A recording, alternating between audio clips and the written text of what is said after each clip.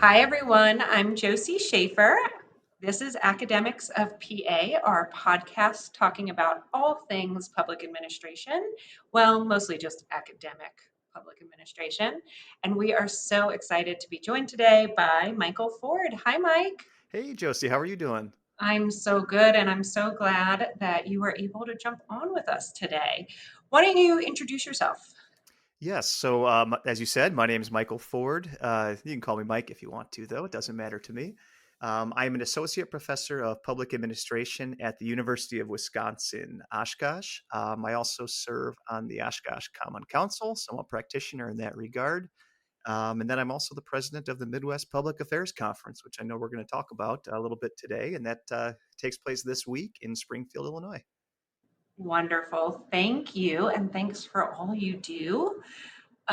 So let's jump in with Midwest Public Affairs Conference. You took over a couple years ago. What is the conference all about? I know it was hard during COVID, so how are we coming back strong? Oh, it was really easy during COVID. We just canceled it. Those are that was one of the best conferences I ever had. I got no complaints about those two MPACs that were canceled. No, so MPAC is the Midwest affiliate of ASPA, the American Society of Public Administration, and it was founded by Stephen Kleinschmidt, who's at University of Illinois Chicago right now. But we're a very developmental conference. My hope for MPAC was to make it something where the work really was the focus, something that was easily accessible, where folks could travel there without flying, something they could drive to. So really lean into the fact that it's Midwest, work focused, and always on campus, and trying to go to places that normally don't host conferences. And that's one of the reasons we're going to the University of Illinois Springfield this year. If you don't know Springfield, Illinois, it's actually surprisingly cool, especially if you like Abe Lincoln. But we have a good group of about 75 folks that are going to be there later this week. And the theme of the conference is reinventing. I should know the theme, shouldn't I? I think it's reinventing the administrative state. But really, if you look at the conference agenda, we have a lot of stuff focused on what comes next in public administration. So both post COVID, but also post some of these challenges to democracy we're facing in this country. So it's going to be a fun time. Yeah, absolutely. And I think everyone does like Abe Lincoln, so that's cool. They Getting to do. check that out. I think we first met at MPAC in Omaha, right? Yes, absolutely. It was in Omaha, Yes, and Omaha is a great place, and that was a great conference too. I So know. I'm hoping that we can bring MPAC back to Omaha, but we'll talk about that. You're more than welcome anytime. I'm sure. I know John Bartle will be there, so hit Yes, him yes. And up. I should say too that your fine institution is one of the lunch sponsors, I believe, on Thursday. So we will all be eating thanks to the fine folks at UNO. Let me tell you, folks in Omaha eat well. So I'm not surprised that we're sponsoring a lunch. This is true. Omaha likes to eat.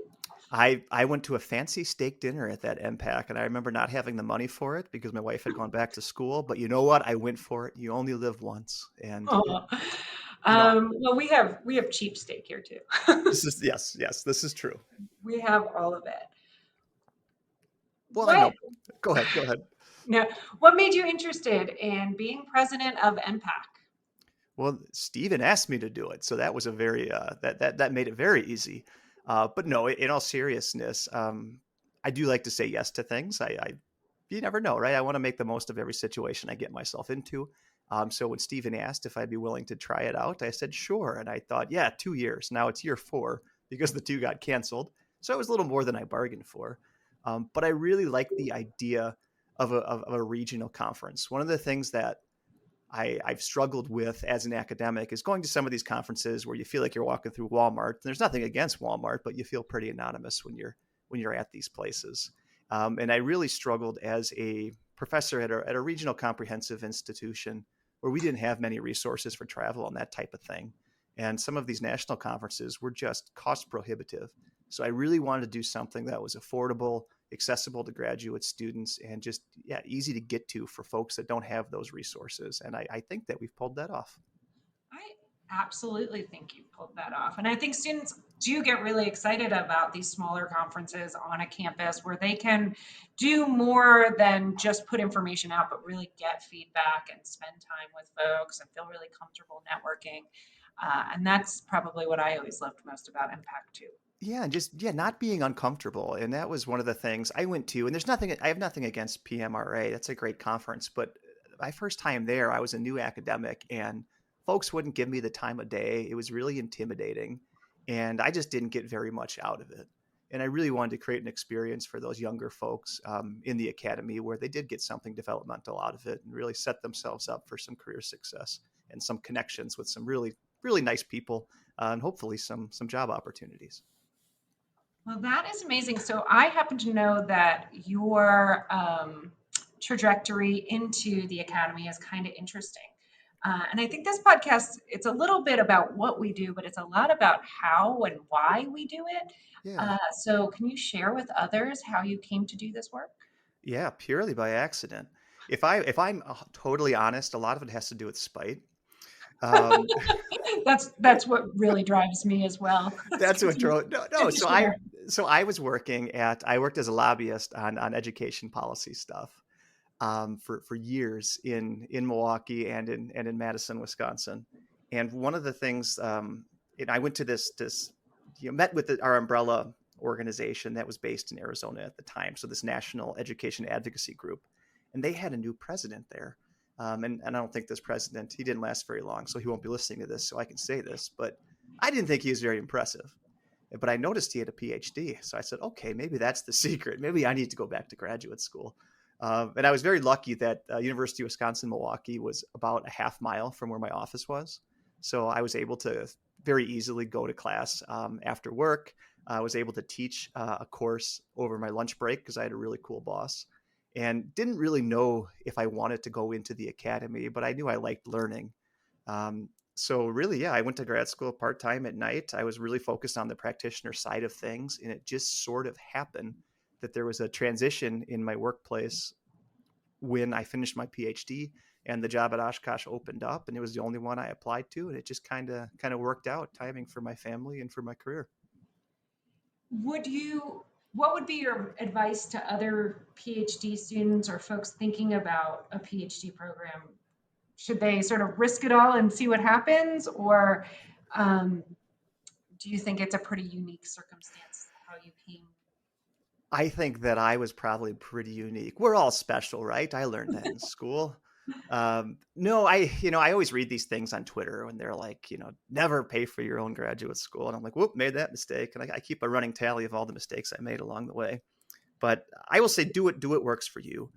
Um, it worked for me to do it that way. I like to have multiple things going on at one time. I had a young family, full-time job, and it just kind of worked out for me that way. And in a way, I wasn't taking the risk that some folks take when they get their PhD, and that I already had a good career going that I honestly really thought I was just going to keep doing before I made the plunge into academia. So in that regard, the risk wasn't huge for me, but the reward ended up being pretty huge. But I think folks need to have their own path, and especially a practical field like public admin. I do wish that we prioritize a little bit of the practitioner experience more. I think there are places that do that, but if you talk to individuals that came out of the practitioner world, they usually have some really good research ideas, and they usually had a really good experience. So I'd love to find more structures where we encourage that and recruit from the practitioner base into our PhD programs. Sure.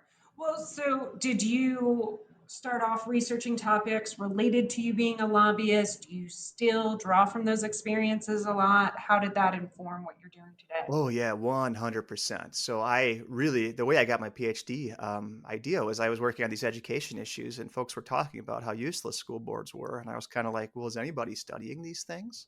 And there wasn't much out there, especially in the public admin world. So much of it was in the ed policy world.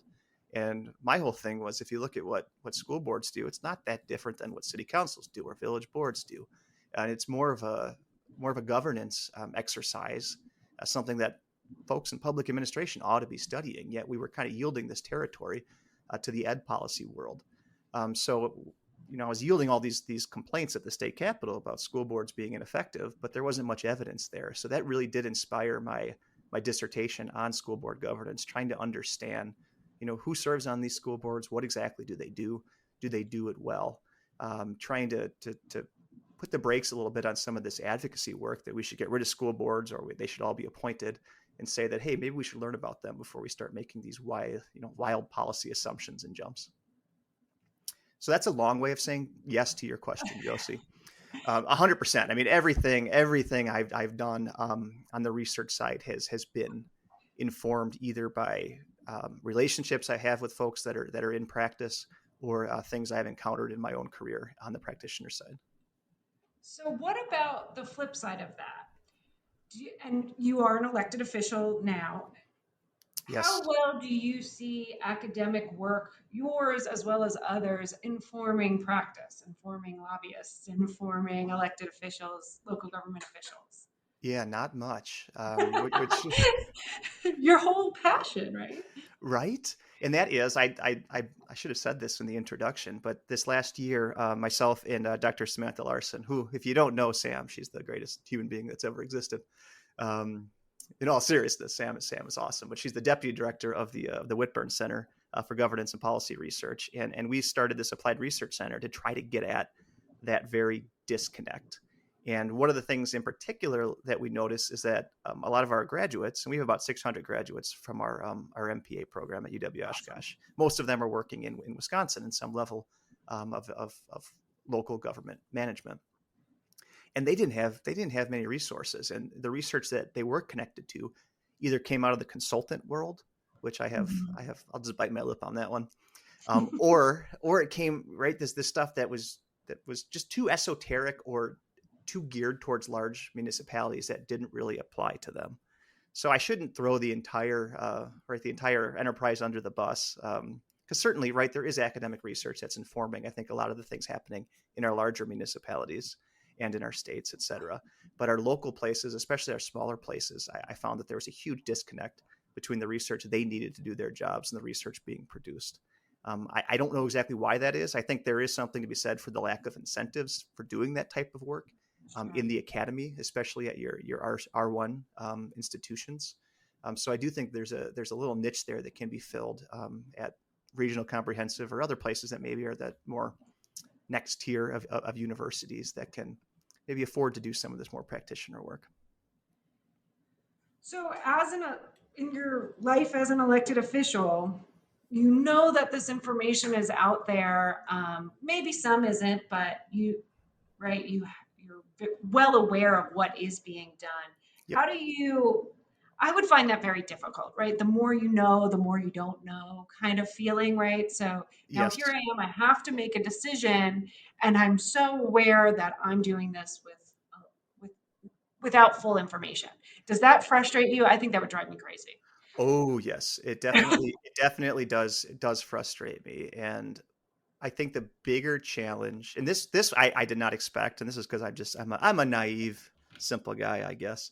But the fact that I was a professor of public administration was not an asset in certain people's eyes, certainly in the community, saying that here's this guy that he's got all this fancy book knowledge. He's going to come in and tell us how to run a city. He doesn't know what he's doing. He's never been on the front lines. So I think a big challenge, a logistical challenge in applying some of these academic research principles was presenting it in a way that was humble, presenting it in a way that ensured that you were out there looking for feedback and not working under the assumption that, hey, here's what the evidence says, so this is the direction we should go. I really think that the evidence and the research that's out there on things like we have an equity initiative in the city of Oshkosh that we passed, and I think it's great that we did it. It's supported by high quality public administration research, but actually getting it done required a lot of groundwork and just listening to make sure that we're matching some of this academic evidence with the realities on the ground and the values of the community I represent. So again, another very long-winded answer, but just trying to get across that I think the way in which you present academic research to other elected officials, city staff, residents is as important as the substance of that research. Yeah, I think I found that to be true in my work as well, right? At this point, I'm more focused on how it gets presented than what gets presented. And, 2-3 years ago, I wouldn't have said that would be the focus of someone at a research center. But there is a lot of research. We just don't share it very well. Right. We just don't connect it very easily. We don't say things like, here's what the research says, but you really have to listen to your community first. Right? You can't just Yeah. adopt this. You have to think about what it means in your context. And And I there's just not a lot. Yeah, and I do think that we can look in the mirror a little bit as academics and what we incentivize within our institutions, whether that's for tenure, whether that's financial incentives, that broad question of what counts and what doesn't count. And I mean, that's been a frustration for me. A lot of the practitioner focused work I do is a labor of love. It's not something I get any compensation for or any type of course release for or any of that stuff. But I do it because I think it's important and I love doing it. But I happen to be wired that way. I think we need to change our incentive structures a little bit to actually encourage academics to do that and really right, kill this notion that applied research isn't good research or it doesn't count, or right, we're ignoring the big questions, the more cognitive stuff, or right, if we're focusing on local or state, we're ignoring the big federal issues, and that stuff's more important. We get ourselves into these little research rabbit holes where we learn a heck of a lot about things that aren't very practical, and we incentivize that type of work, and I just find that really problematic. I agree, but no one listens to me. So No, they don't listen to me either. That doesn't bode well for the ratings for this we can just podcast. keep saying it. Well, yeah, this podcast will be in the world. Hopefully, people will. And it's Yes. funny, actually, in doing this podcast, it's very common that that's what people say, but we know that it's not prevalent, or like you said, that the structures and incentives haven't changed to match this thing we all really care about. And I think we all do at some level, um, but are not rewarded for it. So Oh, that's yeah, great. and I don't blame anybody. I wouldn't ask anyone to sacrifice their tenure case or their career trajectory because, 'cause we want them to do more applied work if it's going to hurt them career wise. It's a matter of changing those incentives, which is hard. Yeah. So have you changed? I would say it's probably easier to change up your classes a little bit. How has being an elected official informed what you're doing with your students to help them prepare? Oh, I have case studies till the end of time, which Yeah. is which is great. But really, and this is well, you probably experienced this at Omaha. Our students are really impressive and accomplished before they even walk through the door. I love this. Every year we get a little survey from the university, like, did you place your students in jobs? And I'm always like, yeah, 100% of them because they came in with jobs. So yeah, good for me. I take the credit for that. Good. But it's helped me as a professor with credibility because so many of my students they're living in this local government world, and I think just seeing that, hey, you're an elected official, you're participating in this world. There's things I can ask you about that I can apply directly to my workplace. It's been a real asset with some of our graduates too, who are city managers, who will often, just happened last night, will come to me if they're having issues with their common councils or their village boards and kind of just picking my brain. What would you do in this position? It's also helped that one of our recent graduates also serves on the Oshkosh Common Council with me. So we're slowly taking over the city of Oshkosh, which is great, right? So we're going to be one of the most evidence-based cities in the country soon. I can't wait. I can't wait to read that case study. Oh yeah, it's going to be impressive. And so talk a little bit about the research center too, and when that started and how it's going. What are you all working on? Yes. So the whole idea of the research center was to try to consolidate all the work that I call it the UW Oshkosh MPA network, but really our faculty, our adjuncts, who are usually pretty impressive people in their own right, and our graduates, they're all doing this cool work. I wanted to bring it all together under a common umbrella, both as a marketing tool, but as a way to maximize our impact, and really show that we can still govern in Wisconsin. And that was our mission. We were really close to launching right before COVID hit as a pretty modest research center. COVID derailed that, but I think that ended up being a good thing because it gave us a little more time to plan, but it also gave us time to secure some more funding. And we had a really generous donation from Gerald Whitburn, who is a UW Oshkosh graduate, but served high level positions in the state of Wisconsin, the state of Massachusetts, was a private sector CEO for a while. Just a really cool guy who believed in our mission of improving governance in Wisconsin and beyond. And he set us up with 5 years of startup funds. We assembled a really nice advisory board that has some alumni, some high profile names in Wisconsin. Our board chair is the former governor, Scott McCallum. And we launched this in November of last year, I believe, formally. We had been doing work prior to that. I really wanted to hit the ground running and go with the productivity ethos that, hey, if we're going to be relevant, we got to put stuff out in the world and do a lot of it. And we did that. So we released a report on local control very quickly after we were launched. We did another research report on the local government response to COVID-19, trying to learn from the mistakes that were made and the successes that occurred. But then also started an event series. Every once a month on Wednesday, we have an event that's usually a panel of alumni that are working on topical issues. So we had one related to the public sector response to the opioid epidemic. We had one on navigating the public sector workplace. We had one on recruiting more women and more gender equity into high-level positions in local government. We're going to continue doing that. But we also were able to hire 2 student employees, provide tuition incentives to one of them, have a fellowship program for our alumni working in smaller places to get some professional development resources. So really trying to use this as a vehicle to take that research that we are doing, whether it's faculty or with our alumni base, and putting it out there into the world, all while creating opportunities for our students. It's really been a fabulous thing for the first year. Does your energy like ever run out? Like, can you stop? Do you know how? If you I need to? I was talking to my mom about this over the weekend because she came to visit, and I just my mom and I used to fight all the time, and it's because we're exactly alike. Um, right? This is going to sound very morbid, but my philosophy is, eventually we all die, Josie, so I might as well do as much living as I can. Oh, The energy will run out someday, but not yet. So I'm going to keep going.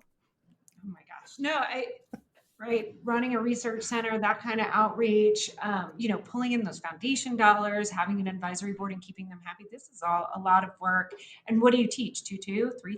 I mean, That's funny. A 2-2. I didn't know. Does that exist? That's like a myth. That's a myth.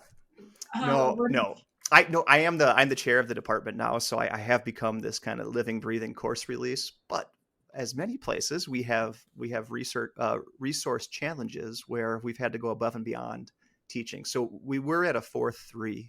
That's kind of our starting point. But right now, I'm teaching 2 classes over the summer. Then I'm usually good for 2 or 3 a semester. You are an impressive guy. So, well, building on that, advice for young faculty, students. You're very prolific with research, you're chair, you're a director, you're an elected official, you have all this practitioner experience. Um, what would you say to folks that would love to be able to do everything you're doing and doing so well? Your research, by the way, like, I don't think it gets enough credit, but anytime I read it, I go, oh wow, yeah, that's really interesting, right? And it has a very um,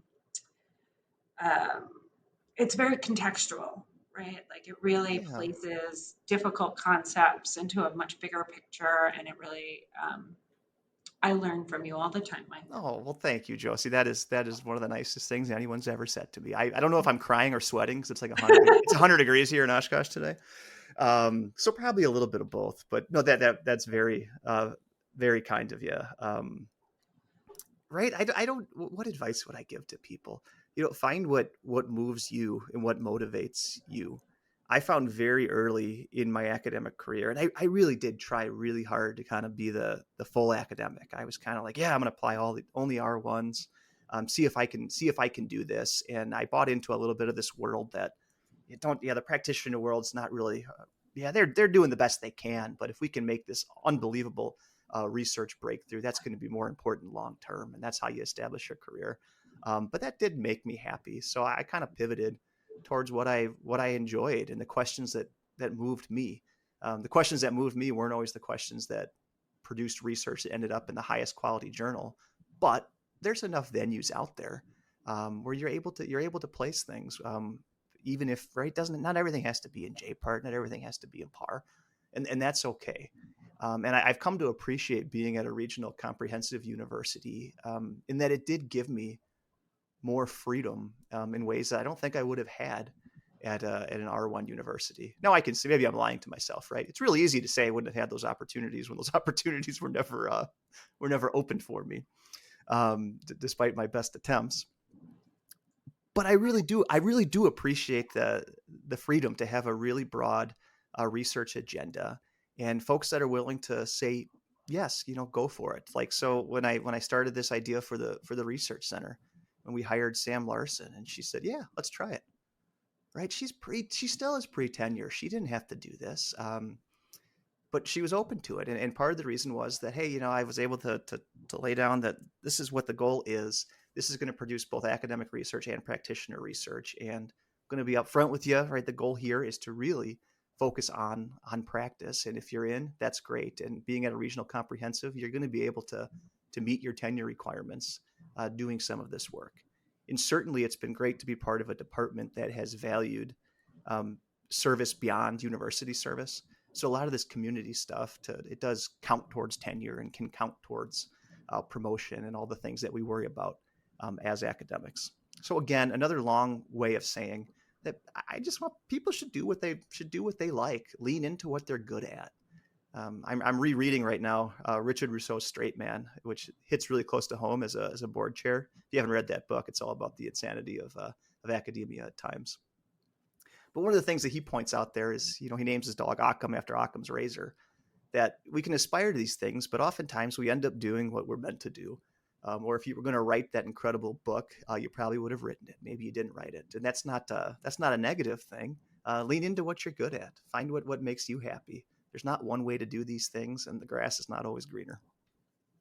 And you're very modest, right? You're from Wisconsin. You get to be in Wisconsin. You have a lovely family in Wisconsin, right? I think a lot of folks have decided they have to give up their personal life to Yes. pursue this R1 academic life. And you're modest, but I'm pretty sure you chose, right, at some point that you were going to have Oh that yeah. too. Oh yeah. I've been married for 17 years. My wife's from Wisconsin. My kids love it here. I've really learned to love it here. I'm from Illinois originally, Josie. Keep that in mind. I did not know that. No, yeah. I keep moving north. That's the running joke with my siblings. Like, you're going to be in Canada soon, Mike. I said, maybe could happen. But yes, no, I have been extremely lucky in that regard, that I've been able to stay close to family, been able to continue to pursue opportunities related to my previous career while being an academic. And my wife's a nurse practitioner. She went to grad school here in Wisconsin right after we moved to Oshkosh. I mean, she's the breadwinner of the family, so I'm just kind of on her coattails. But if you ever do a podcast on nurse practitioning, especially related to opioid epidemic, because she does addiction medicine, she'd be a great guest for you. But That yes, does sound really cool. I don't know what I would ask necessarily, but I'm down. I'm open. yes, excellent. You should have Allie on there. But the point I'm getting at here is that, right, we forget sometimes that it's a career, right, at the academy, but it's also a job, and it's okay. That doesn't have to be your whole life. That's okay. Yeah. I have seen that, right? We saw that in the workforce post COVID, and I have now seen it come to sort of academia, right? We all have to make some choices Yeah. in this career, and right, they don't pay us enough to make really terrible choices. So I think it's great advice. I think it's very timely advice to kind of stick to what you love and stick to places you love, and just do really well there. I Yeah. laughed when you said you would have written the great book already if you were going to write I it. mean, isn't there, maybe I'm wrong, but I think there's some truth to that. I had a friend in college that she wanted to go to law school so bad, and she kept getting horrible scores on the LSAT. I didn't want to be a jerk, but part of me is like, well, maybe that's telling you there's a different path for you, and that's okay. Right. That is great wisdom to leave those junior colleagues, and lots of folks. And I think, yeah, mid-career folks too, right? Like, Yes. don't Yes. don't let it beat you down. Find a path that's right for you. And I think there are more now, right? Like, Oh there yeah. is not one way to do this job really well. Oh yeah. And I that's been encouraging, and it just know there's opportunity everywhere. I had so many people that were like, "Oh, you're going to a regional comprehensive, like your life's going to be hell on earth." I'm like, actually, it's a pretty sweet life. It's not so bad. I don't know what you think happens at these places. It's pretty nice. We have great students, uh, good location, good opportunities. I got nothing to complain about here. You go ice fishing, right? I do go ice fishing. I never ice fished till I moved to Oshkosh, but we have this giant lake, Lake Winnebago. It's like 40 miles across, or 10 miles across, 40 miles north south. And first winter here, I looked out there. There's like 10,000 people, and that's not an exaggeration. That are out there. I'm like, well, I should probably do that. I'm attracted to big shiny objects and crowds, so I went out there walking into the abyss and figured out they were ice fishing. Learned how to do it. Is it fun? Yeah, it is fun. You can mimic the ice fishing experience if you go into your bathroom, turn the lights off, and just fill up the bathtub and stare at it in the dark. That's pretty much what ice fishing is. But no, I No, like I like. I'm really selling it, aren't I? yes, No, for sure. I I mean, like I'm it. not going to try that. I can tell you that. I like it because it's almost philosophical. I've taught my children this because you drill a hole in the ice, and I tell my kids that remember things will fall in the hole. That tells you everything you need to know about life. If you drill a hole in the ice, your keys are gonna go in there. You might step in there. Things are going to go wrong, but you know what? You're doing something. The weather might be bad, but you're going out there. You're getting after it, having an experience. Maybe you don't like it, but you know what? You're trying. That is the Mike Ford we all know and love. One last plug for Midwest Public Affairs Conference. Do you want people from not the Midwest to come ever? No, they should stay away. Yeah, that's what I was thinking. These fancy East Coast, West Coast. No, everybody's welcome at MPAC. You might find that you like the Midwest, or you might find an institution here that you like. And we do have, in all seriousness, we have plenty of people that went to grad school at a Midwest institution that are now outside of the Midwest that still come back. So Right. certainly all are welcome. And we explore different places that you might not go to otherwise, and do everything on campus, which I love college campuses. So maybe that's just me, but I think it's a really cool opportunity to go visit some places. Absolutely. Do we know where next year's is? We don't Omaha, I think, right? Isn't that what you said, Josie? Uh, That's what I heard. no, Sure. I I've mean, if you say it's true, it's true. yeah, we have a couple prospects that are interesting. So stay tuned for that. Very cool. Well, thank you for all you do. Thank you for all of your wise words. Thanks for being a good friend. I miss you. It's been a really long I time. know. I can't wait to see you at MPAC, Josie. You're coming, right? Sure. No, Okay. I'm not. Oh, you're not. Actually, I Oh, feel so. My research associate Morgan Vogel, who's awesome, is yeah. going, Okay. and she's bringing a couple of our papers. Just the timing did not work out for me. No worries. I understand how that goes. So you will be missed, but I look forward to talking to Morgan. Yeah, I was hoping to not tell you. Well, Mike, thank you so much. Thanks for your time, and it was great talking to you. Yeah, great talking to you too, Josie. Thank you for your work and for doing this as well.